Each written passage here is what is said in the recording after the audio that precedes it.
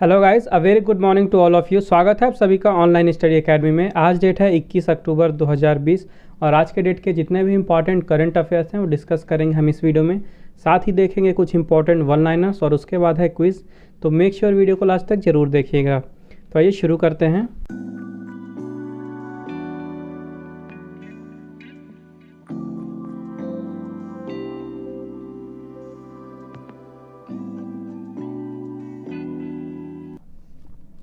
तो आज का पहला क्वेश्चन है, what is the position of India in the Asia power index 2020। Asia power index 2020 में भारत का स्थान क्या है। तो अभी हाल ही में एशिया पावर इंडेक्स 2020 जारी किया गया है और ये एनुअली जारी किया जाता है हर साल। और इस साल भारत की रैंक है 4th, यानी भारत एशिया की चौथी सबसे ज़्यादा पावरफुल कंट्री बना है। तो ये जो इंडेक्स है एशिया पावर इंडेक्स, ये रिलीज़ किया जाता है सिडनी की लोवी इंस्टीट्यूट के द्वारा और इस साल इसमें 26 कंट्रीज़ को और टेरिटरीज़ को जगह दी गई है। और इस इंडेक्स में जितने भी कंट्रीज़ हैं ऑल ओवर द वर्ल्ड, तो देखा जाता है कि एशिया रीजन में उनका रिसोर्स कितना है, उनका एक तरह से दबदबा कितना है, कितनी ज़्यादा उनके पास डोमिनेट करने की पावर है एशिया रीजन में। तो इसी बेस पे ये जो एशिया पावर इंडेक्स है ये तैयार किया जाता है। तो भारत इस साल रहा है चौथे नंबर पे और भारत का स्कोर रहा है 39.7 आउट ऑफ 100। वहीं अगर बात करें पहले नंबर पे कौन था, तो पहले नंबर पे था अमेरिका यानी यूनाइटेड स्टेट्स ऑफ अमेरिका। इसका स्कोर था 81.6। उसके बाद दूसरे नंबर पे था चाइना 76.1 के स्कोर के साथ और तीसरे नंबर पे था जापान 41 के स्कोर के साथ और भारत रहा चौथे नंबर पे 39.7 के स्कोर के साथ। नेक्स्ट क्वेश्चन है, on which of the following date world statistics day was observed. निम्नलिखित में से किस दिन विश्व सांख्यिकी दिवस 2020 मनाया गया। 20 अक्टूबर को मनाया जाता है वर्ल्ड स्टैटिस्टिक्स डे यानी विश्व सांख्यिकी दिवस। और कंफ्यूज नहीं होइएगा क्योंकि ये है विश्व सांख्यिकी दिवस यानी वर्ल्ड स्टैटिस्टिक्स डे और एक होता है नेशनल स्टैटिस्टिक्स डे, ओके, यानी राष्ट्रीय सांख्यिकी दिवस, और ये माना जाता है भारत में 29 जून को। तो दोनों ही दिन अलग अलग हैं, ओके, कंफ्यूज बिल्कुल नहीं होइएगा। तो इस साल इसके लिए थीम रखी गई थी connecting the world with data we can trust, okay, connecting the world with data we can trust. और ये जो वर्ल्ड स्टैटिस्टिक्स डे है इसकी खास बात यह है कि ये हर 5 साल में मनाया जाता है, एनुअली नहीं मनाया जाता है, हर 5 साल में मनाया जाता है। तो सबसे पहले इसे मनाया गया था 2010 में, उसके बाद ये मनाया गया 2015 में और इस साल ये तीसरा संस्करण है इसका, यानी तीसरी बार मनाया गया है। और ये दिन जो है इसको मनाया जाता है यूनाइटेड नेशंस स्टैटिस्टिकल कमीशन के गाइडेंस में। और ये दिन मनाया जाता है कोई भी एरिया है, कोई भी गवर्नमेंट है, कोई भी कंट्री है या कोई भी फर्म है, तो उनके डेवलपमेंट के लिए जो उनका डेटा है यानी जो उनका स्टैटिस्टिक्स है वो कितना ज़्यादा इम्पॉर्टेंट है, तो इसके बारे में बताने के लिए, उसके इम्पोर्टेंस को सेलिब्रेट करने के लिए ये दिन मनाया जाता है। उसके साथ ही 20 अक्टूबर को एक और दिन मनाया गया, वो था वर्ल्ड ऑस्टियोपोरोसिस डे, के विश्व ऑस्टियोपोरोसिस दिवस, और इसके लिए थीम रखी गई थी दैट्स ऑस्टियोपोरोसिस। तो ऑस्टियोपोरोसिस क्या होता है, तो ये एक तरह का कंडीशन है जहाँ पे जो शरीर की हड्डियाँ हैं, बोन्स हैं, वो काफ़ी ज़्यादा कमज़ोर हो जाती हैं और काफ़ी ज़्यादा फ्रेजाइल हो जाती हैं। तो क्या है कि आसानी से उनकी टूटने की संभावना रहती है। तो एक तरह का ये मेडिकल कंडीशन है। तो किस तरह से ऑस्टियोपोरोसिस से बचा जा सकता है, किस तरह से उसका डायग्नोसिस किया जा सकता है, किस तरह से उसका ट्रीटमेंट किया जा सकता है, तो इसी तरह की चीज़ों के बारे में अवेयरनेस फैलाने के लिए, लोगों के बीच उनको जागरूकता फैलाने के लिए ये दिन मनाया जाता है हर साल 20 अक्टूबर को। और ये दिन ऑर्गेनाइज़ कराया जाता है इंटरनेशनल ऑस्टियोपोरोसिस फाउंडेशन के द्वारा। तो एक बार रिवीजन कर लेते हैं अक्टूबर में अभी तक जितने भी इंपॉर्टेंट डेज आए हैं। तो सबसे पहले 1 अक्टूबर को मनाया गया वर्ल्ड पोस्ट कार्ड डे, जो कि इस साल पहली बार मनाया गया है। उसके साथ ही मनाया गया international day of older persons, जिसके लिए थीम थी pandemics do they change how we address age and ageing.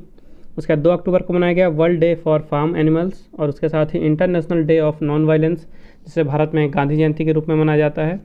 इसके लिए थीम थी शेपिंग पीस टुगेदर। उसके बाद 2 अक्टूबर से 8 अक्टूबर तक मनाया गया नेशनल वाइल्ड लाइफ वीक, जिसके लिए थीम थी roar and revive exploring human animal relationships. 4 अक्टूबर को मनाया गया वर्ल्ड एनिमल डे। 4 अक्टूबर से 10 अक्टूबर तक मनाया गया वर्ल्ड स्पेस वीक, जिसकी थीम थी सैटेलाइट्स इम्प्रूव लाइफ। उसके बाद 5 अक्टूबर को मनाया गया वर्ल्ड टीचर्स डे, जिसके लिए थीम थी टीचर्स लीडिंग इन क्राइसिस री इमेजिनिंग द फ्यूचर। उसके साथ ही मनाया गया वर्ल्ड हैबिटेट डे, जो कि अक्टूबर के पहले सोमवार को मनाया जाता है, और इसके लिए थीम थी housing for all a better urban future. और 5 अक्टूबर को ही मनाया गया गंगा रिवर डॉल्फिन डे। उसके बाद 7 अक्टूबर को मनाया गया वर्ल्ड कॉटन डे। 8 अक्टूबर को मनाया गया इंडिया एयरफोर्स डे। उसके साथ ही वर्ल्ड साइट डे, जो कि अक्टूबर के दूसरे गुरुवार को मनाया जाता है, और इसके लिए थीम रखी गई थी होप इन साइट। 9 अक्टूबर को मनाया गया वर्ल्ड पोस्ट डे। उसके साथ ही वर्ल्ड एग डे। उसके बाद 9 अक्टूबर से 15 अक्टूबर तक मनाया गया नेशनल पोस्टल वीक। 10 अक्टूबर को मनाया गया वर्ल्ड मेंटल हेल्थ डे, जिसके लिए थीम थी मेंटल हेल्थ फॉर ऑल। उसके साथ ही वर्ल्ड माइग्रेटरी बर्ड डे, जिसके लिए थीम थी बर्ड्स कनेक्ट आवर वर्ल्ड। 11 अक्टूबर को मनाया गया international day of girl child, जिसके लिए थीम थी my voice our equal future. 12 अक्टूबर को मनाया गया वर्ल्ड आर्थराइटिस डे। 13 अक्टूबर को मनाया गया international day for disaster reduction, जिसके लिए थीम थी डिजास्टर रिस्क गवर्नेंस। उसके बाद 14 अक्टूबर को मनाया गया वर्ल्ड स्टैंडर्ड्स डे, जिसके लिए थीम थी protecting the planet with standards. उसके बाद 15 अक्टूबर को मनाया गया वर्ल्ड स्टूडेंट्स डे, जिसके लिए थीम थी learning for people prosperity and peace. उसके साथ ही मनाया गया international day of rural women, जिसके लिए थीम थी building rural women's resilience in the wake of कोविड-19। और उसके साथ ही मनाया गया ग्लोबल हैंड वॉशिंग डे, जिसके लिए थीम थी हैंड हाइजीन फॉर ऑल। उसके बाद 16 अक्टूबर को मनाया गया वर्ल्ड फूड डे, जिसकी थीम थी ग्रो नरिश सस्टेन टुगेदर। 17 अक्टूबर को मनाया गया international day for the eradication of poverty, इसकी थीम थी acting together to achieve social and environmental justice for all. उसके बाद 17 अक्टूबर को मनाया गया वर्ल्ड स्टैटिस्टिक्स डे, जिसकी थीम थी connecting the world with data we trust. और उसके साथ ही वर्ल्ड ओस्टियोपोरोसिस डे, जिसकी थीम है दैट्स ओस्टियोपोरोसिस।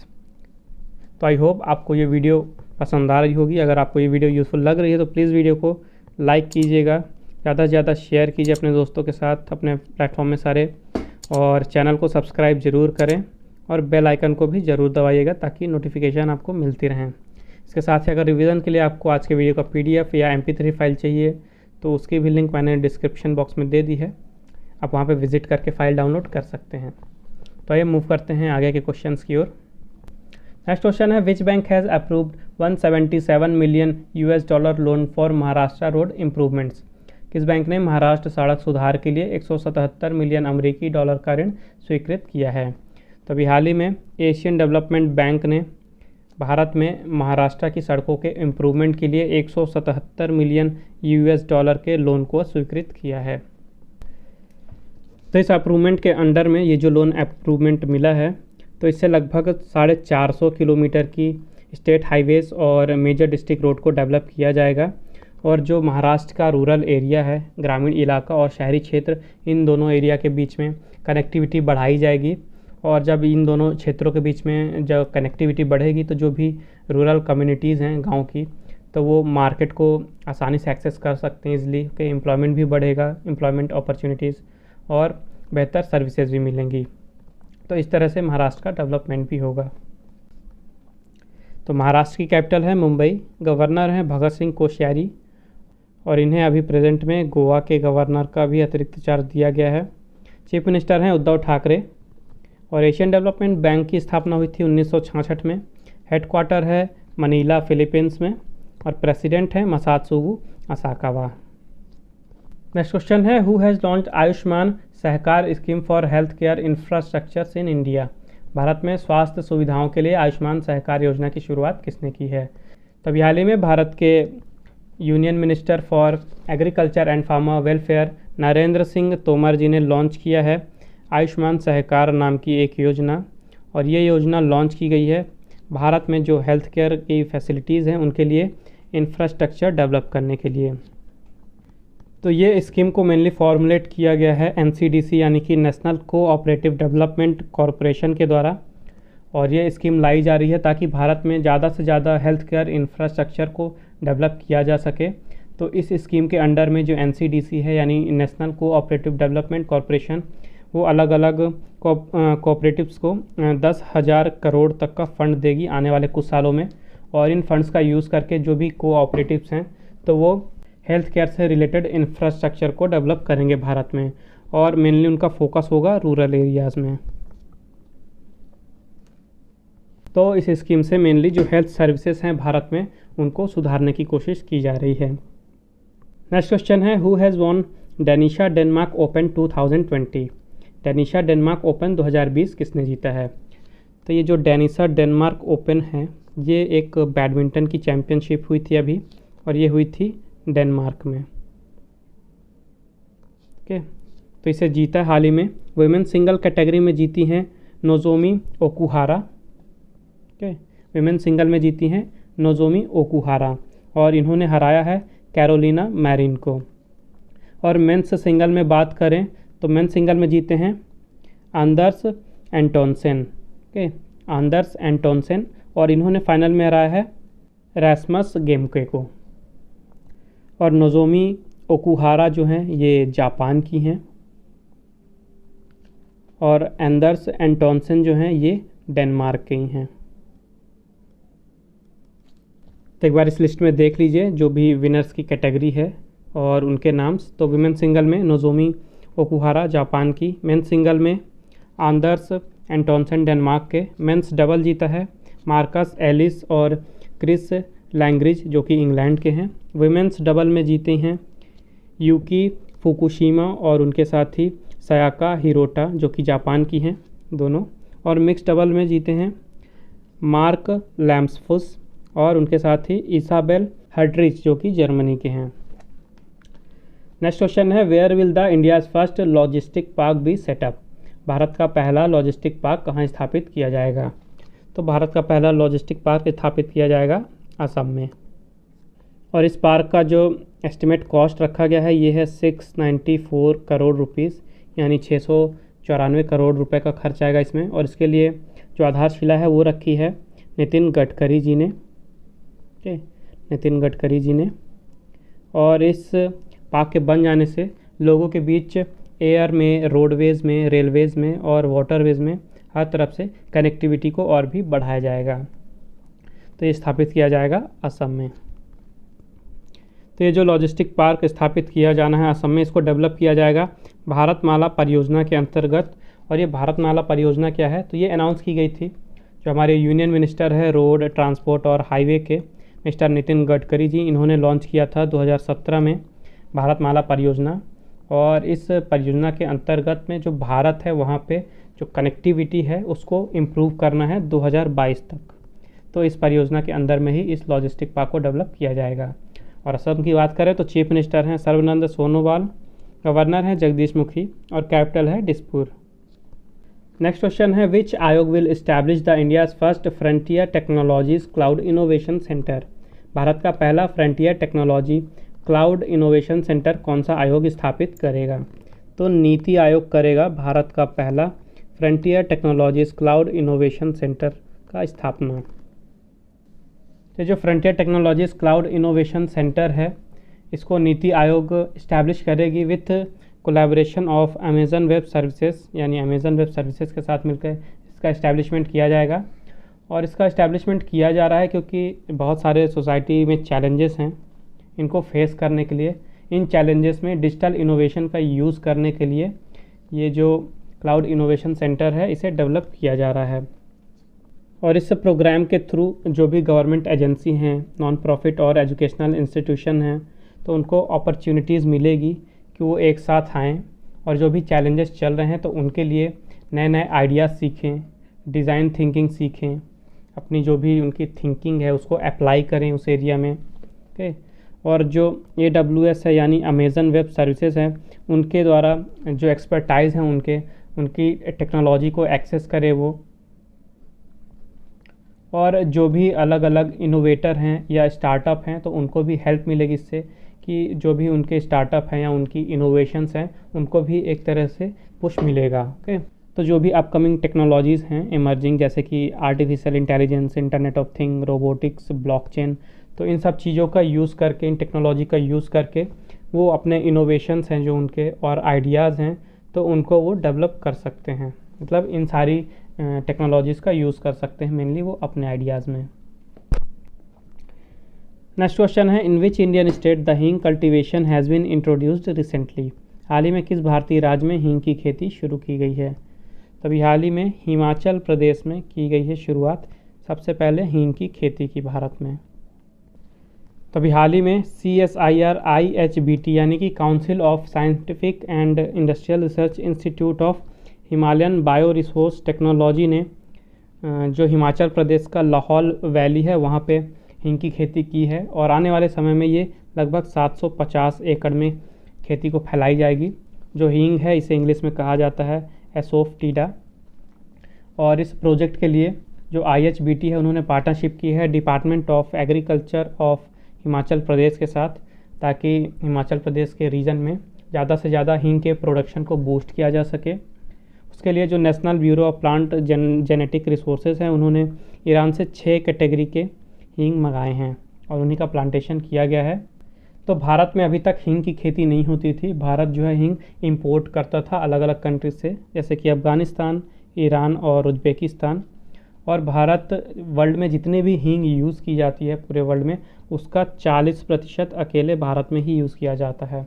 और भारत इसके लिए लगभग 1200 टन हींग हर साल जो है इंपोर्ट करता है अफ़गानिस्तान, ईरान और उज़्बेकिस्तान से, जिसकी कॉस्ट पड़ती है लगभग 130 मिलियन $।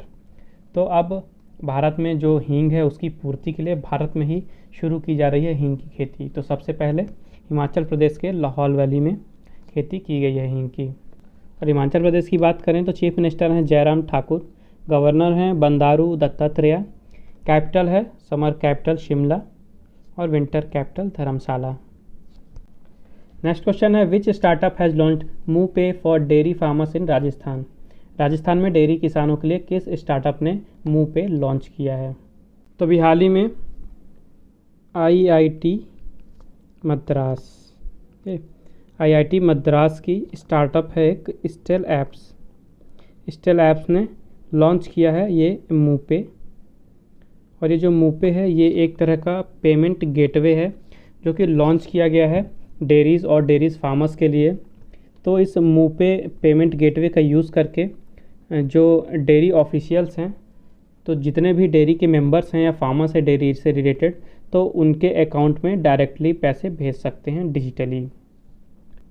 और जो स्टेल एप्स है ये एक डेयरी टेक कंपनी है, डेयरी टेक कंपनी है और इसका हेडक्वार्टर है बेंगलुरु में। और यहाँ के CEO हैं रंजीत मुकुंदन।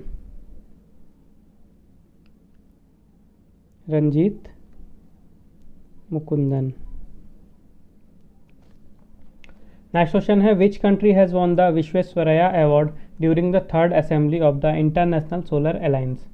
अंतर्राष्ट्रीय सौर गठबंधन की तीसरी सभा के दौरान किस देश ने विश्वेश्वरैया पुरस्कार जीता है? तो अभी हाल ही में इंटरनेशनल सोलर अलायंस की तीसरी असेंबली हुई थी और यहाँ पे सबसे पहली बार इंटरनेशनल सोलर अलायंस के अवार्ड घोषित किए गए हैं। तो उनमें से एक कैटेगरी थी विश्वेश्वरैया अवार्ड की और यहाँ पे जीता है जापान ने और नीदरलैंड्स दोनों ने।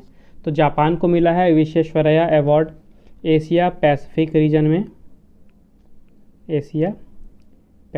रीजन में और नीदरलैंड्स को मिला है विश्वेश्वरैया अवार्ड यूरोप के रीजन में। ओके, तो ये चीज़ याद रखिएगा, एशिया पैसिफिक में मिला है जापान को और यूरोप में मिला है नीदरलैंड्स को।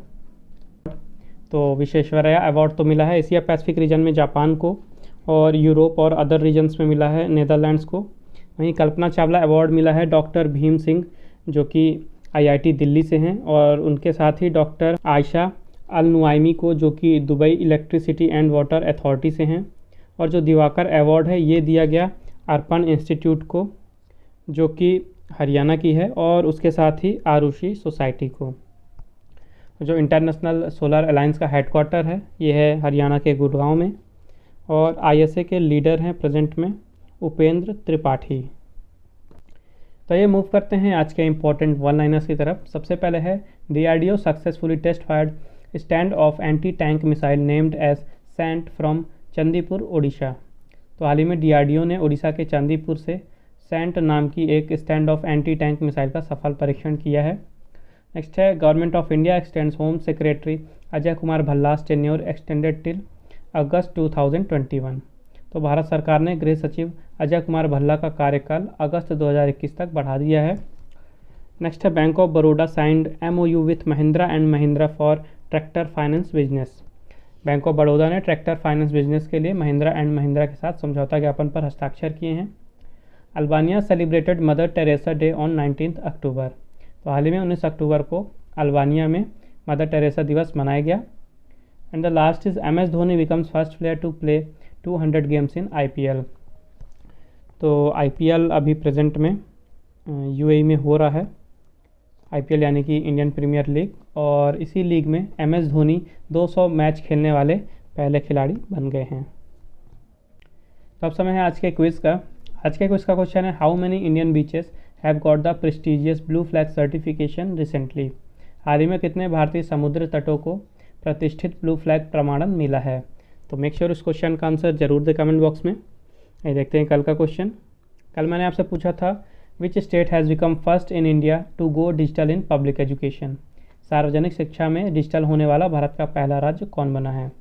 तो केरला बना है सार्वजनिक शिक्षा में डिजिटल होने वाला भारत का पहला राज्य। तो आज का सेशन यहीं समाप्त होता है। आई होप आपको ये वीडियो हेल्पफुल लगी होगी।